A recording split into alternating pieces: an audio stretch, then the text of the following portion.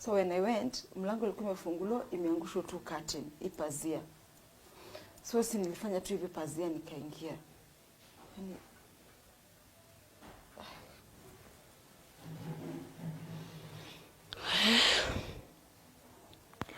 And nilienda nikapata my mom with the same man. Man.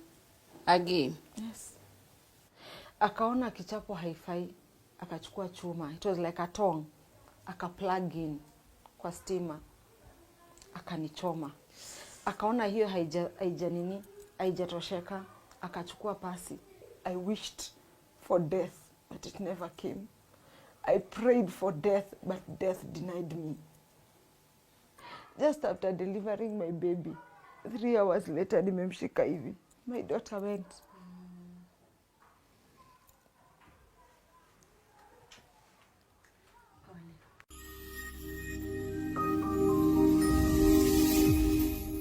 Hello and welcome to our hot seat of my confession. Today I'm hosting a guest who was not only betrayed by her pastor, but also her mother. For further stories, hold your seat and stay tuned. Welcome. Hi Martha. Hi. How are you? I'm good. Karibu sana. Nimeshukuru kabisa. I'm happy. Kwa kunieka. Karibu. Mtikia tukae na wewe. Kindly introduce yourself and give us your story. Okay. My name is Armatha Soipan. I'm a mother. I'm a YouTuber and a single mother, not by choice, but by circumstances. Martha is a lady born in the early 80s in Pumwani Hospital, our Pumwani here in Nairobi, and raised in the slums of Dandora. But at the age of 2, my mom left me, and she went for greener pastures in Gulf countries, that is Saudi Arabia, and she took me to her elder sister in Nakuru Njoro.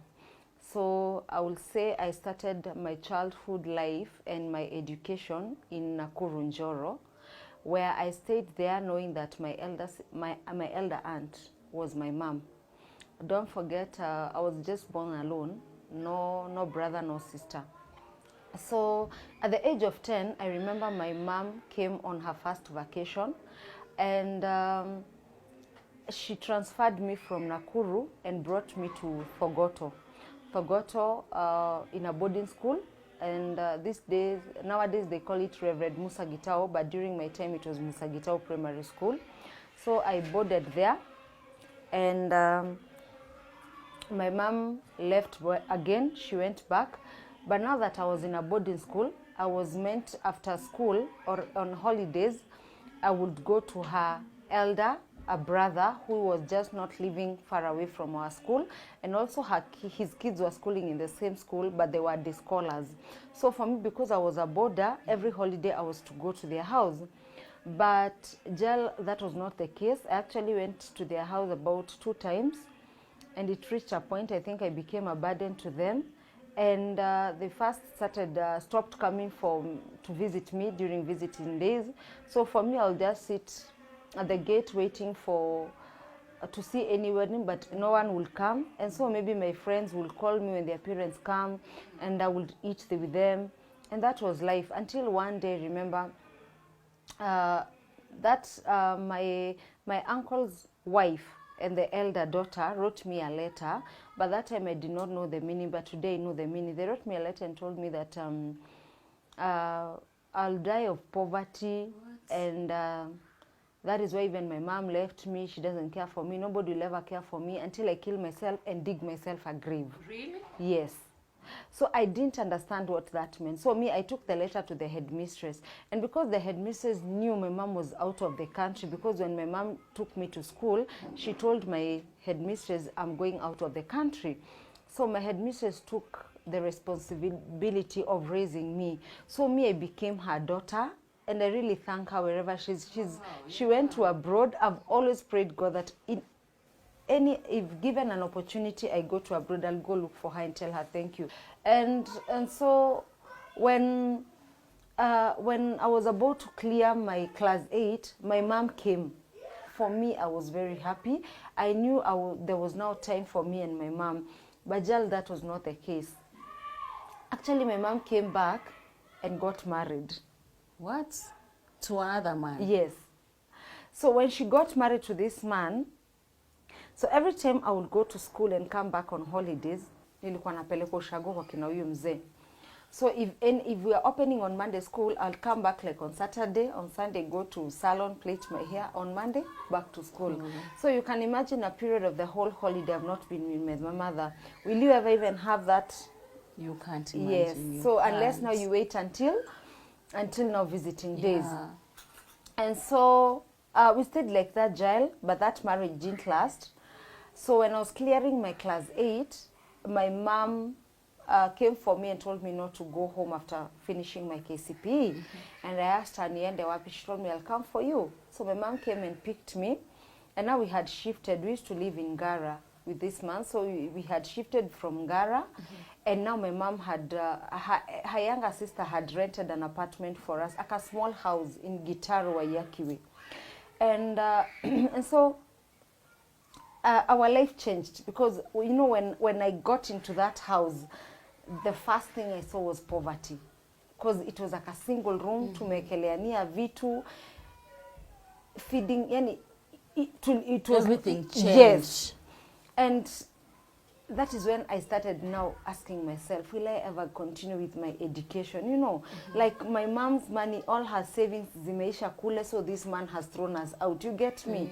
And so, by God's grace, my grandmother came and realized how we were staying. She was not happy. And so she came and told my mom, come to Kariobangi. My grandmother had a plot in Kariobangi and some rentals. Come, I opened for you a business. And so my mom went to Kariobangi and my grandmother opened her a small hotel. And so we shifted from Gitaro to Kariobangi. Because now here tumepatiwa nyumba mzuri, we're not paying rent, alafu tunamwangalilia the other rentals. And so we continued staying there until now when schools were reopening. And all class 8 went to Form 1. And Martha is at home. With no future ahead. Yes. And now you remember when I was in school, a cousin of my mom had spotted me. So the elder sister of this cousin came to visit. And when she realized I was at home, she was like, no, we need to make sure you go to school tomorrow. No. And immediately they tafuted a secondary school within Kariobangi where we used to stay. We got it. She took me to the market, bought me books and uniform, and the next day I went to school. And so after first term, second term, my grandmother came. And when my grandmother came and realized where I was going to school, she was like, no. You can't school here. No. And today, as much as she's gone, she's rested in peace, my grandmother was my mentor. She was my hero. She made sure I got the education that I needed. So when I cleared Form 4, I could not pursue my education. There were no funds. And so I started working. For me, I started working and I started doing promotions with agencies. And I remember I could do even 2 promotions. One during the day with like Safaricom. And then at night I'll do with BAT. There's this cigarette called Palmal. Hiyo nimeizungusha Kenya karibu mzima with an agency. I know that hustle. Yes. So it reached a point I gathered some good money and nikatoa my mom from that castritia. Those people who know Kariobangi Kanyama, that castrate was not good. So nikampeleka main stage. There was a container, nikamkombolea. She had a very nice hotel and she would make money. So as much as nikifanya hizi shughuli zangu, I would say I fell in love. I met my first love and I don't know if it's falling in love because today I would not call it falling in love. I would say I was cheated. I thought I was in love, but I was not. Because this man, I can't even remember dating him for a while before moving in with him. You know, I found a man who would tell me I love you every day, who would call me every day, who would escort me to work. And when I'm leaving work, I'll always find him kwa stage ameningojea twende nyumbani. And that is So something that for any me, girl I was needs. like, so someone can tell me I'm beautiful. So someone can give me attention. I've never found this. I've never felt it. And now I'm feeling it. And so when I fell in love, I moved in his house. The very first day I moved in was the very first day nilianza kuchapwa. What? Yes. Mapenzi imeisha. Na nilikuwa nachapua vitu hata siku hizi nakumbukanga, naona hata sijui nilikuwa nimewekwa dawa, nilikuwa mjinga, I don't know. Because I will be beaten because either I'm supposed to leave work 6, nafaa kufika kwa nyumba 7, nimefika 7:10, utachapwa. Only that? Nimefika kwa nyumba, nimepigiwa simu, nitachapwa. Na maybe hii simu ni ya kazi. You see? Ni mwisho wa mwezi, anataka pesa, ameingia kwa wallet, amekosa pesa. Nitachapwa. Na unavumilia tu. I was beaten to an extent, it reached a point, if you could not beat me, I would ask myself, mbona leo sijachapwa? Because nilikuwa nachapwa daily. Na huyu mtu akuchapi na nguo Jael, anakutoa nguo zote. What? Na anazima stima. Up to today, me I always say that person is a devil. Because amezima stima na anakuona pale huko. Anakuchapa na hamis. My cousin came and she was like, no, so ipan, apana. It's high time you move out. It's high time you move out. Na mbona nikiambia hata auntie, no my mom, akuji. Tena I'm like, anasemanga nini? So she went and told her, no, today Swepan is not in good shape. She's not. She was like, no. Ndio kona makosa. My son cannot beat her. That is not your mother-in-law. Yes. No, my mom. Your mom. Amembona my cousin to come and rescue me. Na hizo ndio words anatumia. So you can imagine when I was told those words. Na huyu mwanaume amelala akinichapa akiniambia, you're useless. Na naona unanga yes. Unanga kwa kuenda, hata ukienda mamako anajuanga mimi wewe ndio uko na makosa. Nobody will ever love you. And if you ever live here, nitakuharibu. Utawahi pendo na mwanaume mwingine. So, Jesus. And then your cousin comes and tells you, nimejaribu kuambia your mom akuje tukuokoe. She has said this. Where will you go? Jail. You know, actually the most painful thing, your mom has took you. Yes. Now, tell me, where will you go? This person has slept the whole night calling you names, telling you all those negative things. And then someone that you think will be on your back and support you, anasema, the son cannot beat you. Na evidence is there. I cannot even move my finger. And where you used to live, hata angepigana, hakuna mtu angeingilia vita yake. Nyumba ilikuwa inafungwa na kiti.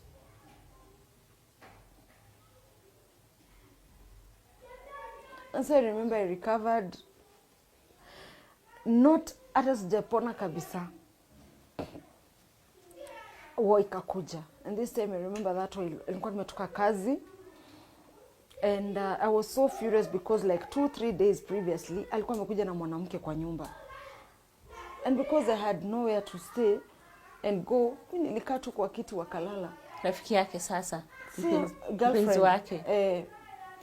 So in the morning akaenda and end month ikafika. And the lavidavi started because anajua end month imefika nitakuja na pesa. And so this time I had made sure I'm saving my money, sikupi pesa.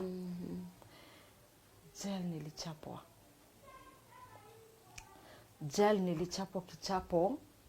Yani hata my worst enemy will not wish for her the same. Akaona kichapo haifai, akachukua chuma. It was like a tong. Aka plug in kwa stima. Akanichoma. Akaona hiyo haijatosheka, akachukua pasi. Aka plug in. Don't forget sijaipigwa na nguo. Napigango bila nguo. Kwa mgongo, jail. And I collapsed. Alikuwa iron. Ikiwa moto ame plug in. Just stop it. Really? And so I remember sikujisikia, and I think hapo ndio alitorokea. So when my cousin came the next day to rescue, to check on me because ajaniona 2-3 days, akapata the situation, and now this is nila akamwambia tulikuwa tunangojea atoke tuingie cause kuna pali vita ilifika. Swepan akanyamaza tu. So we don't know what happened, hatujamuona. So they opened the door, they found what was going on, they took me to the hospital. And by the time I was waking up from the hospital, Jael, the doctor told me, why do you want to kill yourself and kill your baby? And I was like, Kanebe, you don't know you're pregnant. And I think for me being told I was pregnant, I got a wake-up call. I realized now it's high time I need to make a will. You know, I need to move on. I need to leave this marriage. But now, Jael, nimetoka marriage. Nimeenda kujikalisha. Lose jobs. Juu ya kushinda kumisingi kazi, kuenda na black eyes. You know. But I never gave up. I went and looked for like a small house near the bridge. Wala unajua Korokocho pande ya bridge. I used to pay that house. I used to pay bathroom. I used to pay toilet. I used to buy even water. Nikaanza vibarua. Kufulia watu. Kutafuta scrubs. Kutafuta gazeti mzee. But that was not enough. Mwanaume bado alinifuata. So he will tie me kwa vichochoro. And he will beat me. And because I'm trying to make ends meet, because I know there's a baby coming on the way, sikuwa ifikiria ukipigwa ukiwa na mimba unafaa kukimbia hospitali. Na nikaendelea na hiyo maisha, Janel. Hiyo time akuwa aware like you are expectant? Alikuja na akajua na niwanda na nitema na nichapa. And I remember all this time, there's a time baka my mom's sisters, they came to look for him. Na tukamkosa. The other day ndo tumejua ni nani alikuwa amemficha. Nani alikuwa amekuficha? My mom. I struggled, Jael. I struggled until when I went to deliver my baby. And my journey of giving birth to my baby was another journey. I went through pains. Labor. I labored.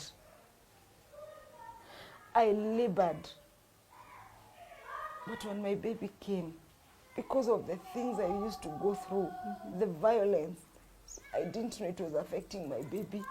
Just after delivering my baby, 3 hours later, nimemshika hivi. My daughter went.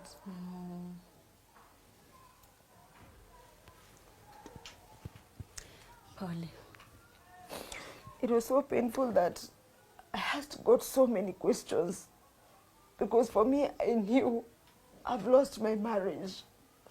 But I have a baby who will give me hope. Yeah. And, you know, give me strength to just continue with life. But now she's gone. Who will ever give me strength, you know? Yeah. I felt very, very bad. I asked God so many questions. And I remember when my daughter died and I was heading home. So when my mom came for me. And I remember after like a year, I decided I start going to church. And so I chose a church in the CBD where I would go and make sure I will not miss Kesha every Friday. So Jael, nikaendelea. And one day the founders of the church, the lady realized me and she was like, I really need to know who is this girl. She doesn't miss church. She's always here on time. Kesha ni yeye wa kwanza kufika, you know. And so one day I was given an opportunity. And so I went to the pulpit and I said who I was. Na I come here, now I fellowship here, nini. So in every church, kuna senior pastors na junior pastors. Yeah. So one of the pastors, our junior, alikuwa naishi Dandora. So when alijua naishi Dandora, so after mass, alinifuata. So we exchanged contacts. Ndio at least kwa tunakuja pamoja na kama kuna fellowship Dandora, we fellowship together. And so for me, because this is a pastor, I know I was in the safe hands because I'm trying to heal for what I've gone through. Losing marriage, losing a baby, you know. Yeah. And so we continued, we were communicating, I'm still going to the church. And so one day this pastor told me, Supan, kindly bring your CV. Instead of all these casual jobs we do, I have friends who can get you a better job. Unaona? And so nikatengeneza CV na nikampelekea. Where I used to live in his house was like 100 meters. It was a walking distance. So nikapeleka and me I waited to be called job ikipatikana. So after a while, siku moja akanipigia simu afternoon na akaniambia job imepatikana. Hata ule mtu anakupatia kazi ako na mimi kwa nyumba. What will you do? Definitely I ran. Me I ran and I knew God has answered my prayers. Nikajua mimi hata nilikuwa naenda kwa barabara nikisema yenyewe kumrudilia Mungu ni mzuri, kukaa na watu wa kanisa ni wazuri, but shock on me jail, because this man was already prepared, and all this time of bring your CV, get your job, it was grooming. I was being groomed and I didn't know. When someone wants to hurt you, jail, and I've always told people and I'll always tell it out, that person always grooms you first before he or she hurts you. So when I got into the house, I knocked. It was a single room. So mlango ilikuwa inaingia na ndani. So nikaambiwa come in. Kumbe alikuwa nyuma ya mlango.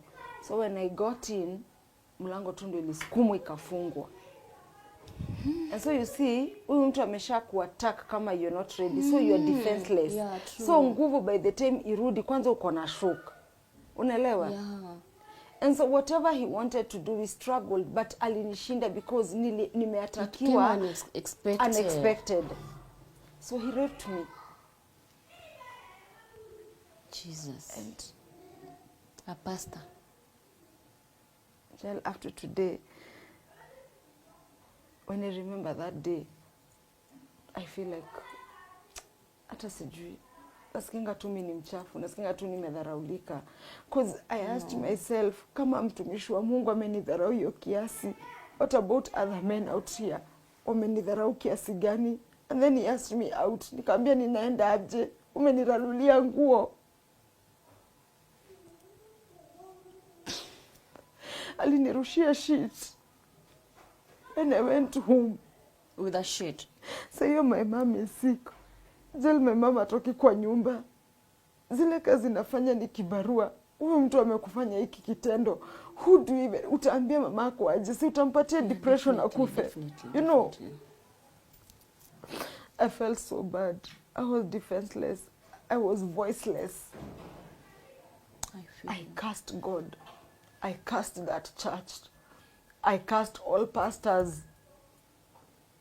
I wished for death, but it never came. I prayed for death, but death denied me. And a month later, I started feeling bad. I went to the hospital. And the first thing, niliambia daktari nipime STD zote. Maka daktari akaniangalia zile za why. Unajua yeye hajui. So akaniambia, yeah, akaniambia you okay. Your problem is that you're pregnant. Like what? Uko na shida zingine tena zingine zimeongezeka. Akaniambia kuna ugonjwa uko nayo, ni mimba uko nayo. And so nikampigia the same pastor. Nikamwambia there's something I want to share with you. Akaniambia hata ndio niko kwa nyumba, come and tell me. So I went. But this time nimeenda, but nimesimama kwa mlango. Prepared. Yes. So nikaenda nikamwambia here. Akaniambia what is it? Akaniambia because of what you did, I'm pregnant. Akaniambia what? Sikiza na usikize vizuri sana. You're not my class. This is when I'm building my career, my platform. I will not let you destroy it. Angalia simu yako amekutumia 1000 bob. Can you go get rid of it? Nikamuuliza, am I not the first victim? How comes you know? Yeah. Abortion is 1000. Akaniambia this is not my burden alone. It is also your burden. So jail, nikabeba mimba yangu. With God's grace, I went to the hospital. But because I think I was really going through a lot during my pregnancy. And in the first place, I hated that baby. Hata nikimbeba nilimchukia kwa sababu nilikuwa nashindwa. Wewe utaki kukufa, utaki kutoka, sikuwa prepared. Unajua ile anga. But when I got to the hospital, I remember that day, the doctor telling me, Martha, it's a 50-50 thing. We either save you or the baby. And for the first time, I felt a big connection between me and my child. And I asked the nurses and the doctors, for it was a long time I had prayed. I asked them, give me time to pray. And there's one prayer I prayed, I can't forget. I was still in Pumwani. I asked God, you took away my first child. Don't take away this one. Yeah. I promise to love this child. with or without the father. Yeah. I'll give him everything that he or she will ever need. And I went into the theater. Because of the complication, I could not deliver normal. Yeah. So I went to the theater. And God had my prayer. Jill, I delivered a very adorable bouncing baby boy. You've Wow. seen him. Today he's 12 years. I Yeah. am so happy whenever time I look at my son, because my son has always given me the strength to move on. And so when I delivered my baby, and when I was being discharged, I prayed to God and I told God, never allow me or never allow my son afike pali atamani kitu nisiwe na uwezo, ifike pali aniulize who is the dad, because already the dad rejected him at conception. And then the pain also he inflicted. Yes. And God was very faithful. Mimi, I would get jobs after jobs after jobs after jobs, to an extent nikahama Dandora. I started living alone with my son. I left my mom comfortable until the year 2020. So when the year 2020 came, you all know COVID-19. Struck. And everything turned upside down. Yeah. And my mom's sickness came. But before it came, I was working. Being in the hotel industry, nilikuwa nakuja sometimes weekends very late. So I remember it was on a Saturday night at around 3 a.m. in the morning. Nimetoka kazi, nimekuja. And I'm so tired from work. Just took a shower and went to bed. And so when I went to bed, an hour later, I received a call from my aunt, the younger sister of my mom. And she called me and she told me, hi. I was like, hi, what is it? It's 4 a.m. in the morning. No, your mom has called me, but I've asked her to call you. Has she called you? Then I was like, no, she hasn't called me. Wait until she calls you. If she calls you, you'll call me back. Then I was like, is she sick? No, let her call you. Sasa nikashindwa ni nini kinaendelea. But after dropping her phone, my mom's phone ikaingia. Oh, she was crying, oh, please, come and help me, so and so wants to kill me. We, niliingia kwa nyumba. That picture mpaka leo haijaitoka kwa akili. I found this man in my mother's couch with a short and a vest. I've done so much for this woman. I've sacrificed so much. I've found myself even in depths just because of her, just to make sure that her life is comfortable. But look at what she has done. I'll never forget that Sunday was black for me. I wanted answers, but I couldn't get. I seeked God's face. I couldn't get it. I wished death upon myself and my son just to leave this world, but it never came again. And I remember the next morning, I went to work, and days later, my aunties called me and told me that your brother has said wameachana huyo mtu amemshinda juu ya vita. So for me, I forgave her and I just said, let's bygone be bygone. And a month later, she fell sick. Her sickness that had come when we were living in Dandora came in full force. She could not walk. Jesus. Angel, everybody left. And she was left with me. As always. She was admitted in hospital. I lost my job that March.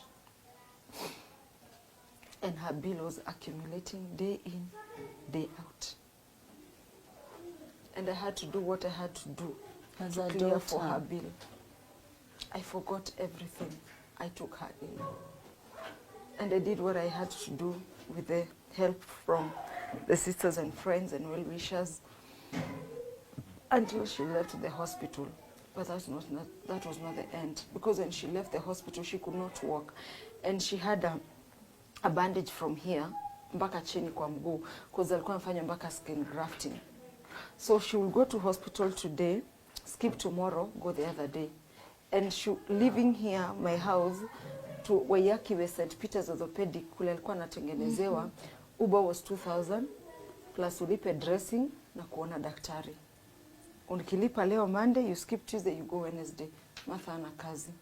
All my savings zikaenda. Wow. And that happened in a period of 4 months. Akikaa hapa. Don't forget niko na mtoto, I have bills to pay. Jail nilijipata kwa madeni na COVID. Madeni mpaka leo hii. Jamaliza kulipa. I sacrificed. Had sickness made me sacrifice even my son's education just to make sure my mom could walk. But I thank God. Yeah. Because she walked. Na alipona. And by 15th December, she was leaving my house. Alikuwa amepona. God will bless you, Martha. She was walking on her feet. And so, beginning of 2021, one Sunday afternoon, my son told me, why don't we go and see how Nyanya is doing? And I was like, let's go after Mass. So I remember that day I didn't even have fare. I borrowed a friend. And I decided, why should I call her? This is my mom's house. I can go anytime I want. Because we wanted to surprise her and to see how she's doing. And when we went, tukiwa tukaribu kuingia, there's a shop hapo kwa mlango. So my son asked, mom, sijui alisema nimnunulie nini. I had 20 bob, nilikuwa nimerudishiwa change kwa gari, so I gave him. So mimi niliingia mbele yake. So when I went, mlango ulikuwa umefunguliwa, imeangushwa tu curtain, ipazia. So si nilifanya tu hivi pazia nikaingia.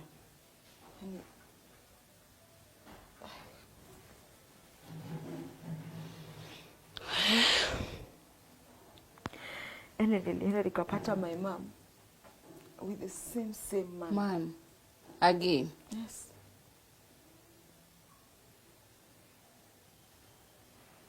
I turned, nikapatana na mtoto wangu, nikamchukua, nikamwambia nyanya Actually, yuko. it was even God. Up to today, I I said it was imagine God. mtoto angebampiana hivyo. So nikatoka, I came back to my house. Nilijidharau. Nilijiona mimi ni mjinga. Nilijiona sifai. And not only did wounds open again, but I imagine what I had gone through the year of 2020. Yani mpaka nakopa kwenda kumuona, and that is the same thing napata. Was it a lie? Sasa zake waliniambia or what, you know? It's I disappointing. felt so bad. Nikagoja hata simu ili akuniambia. Anakuambia tu pole. I didn't. And so I just decided nikae tu na mtoto wangu, niendelee na vibarua zangu, nijiondoe kwa God will madeni, bless you, Martha. nione tu mtoto wangu amesimama na amesoma. But Actually, you have a big heart. I thank God. Jail, I forgive her. It's her life. But I distance myself. For And I our own learned benefit, that, kindly do. Yeah. And for the sake of my son. Mm-hmm. My son needs me. I'm not. And when you know so and so is hurting you, it's good you distance yourself, because vengeance will never repay. So I just decided to be on myself and do what is good for me. And at times I just wish I could go and disappear. I know, pole sana. Kindly, Martha, as we wrap up, because this story is so touching. What kind of advice can you give to ladies who are undergoing so many challenges, especially they've been betrayed by their own blood? What can you tell them? It's painful, Jael, and someone will just say, forgive too. that forgiveness is not easy. It's not easy unless you have Christ in you. Unless you have Christ in you. But I'll tell them one thing, that in every situation you go through, there's always a reason. There's always a reason. And God will never give you a burden that you cannot carry. He will never. And it is good always to believe in God. Because for me, I will say it's God who has fought my battle, and it's God who has given me the grace to be where I am. Because if today I would have killed myself, I'll not be the sweeper you see today. I'll not even have the courage to encourage someone. I'll tell people that let God and Bible be your best friend, and never put your trust on men. Never. Never. Because in this life, when you're mourning, you only have one person. When you're in tears, you only have one person. When you're celebrating, you only have one person. When you're in tears of joy, you only have one person. And that one person is none other than yourself. So it's just good to compose yourself, put God first in everything, and no matter what you face, don't depend on people. Leave God to fight for you. Yes. Thanks so much, Mother. Thanks so much. I lack words to express. Thank you. You're so strong. Thank you. And God will always be with you. Thank you. Thanks so much. Thank you so much. I just feel like hugging. Thank you, thank you, thank you, thank you, thank you. Thank you. I am trying to hold my tears. Thank you. Thank you, thank you. God loves you. Thank you so much.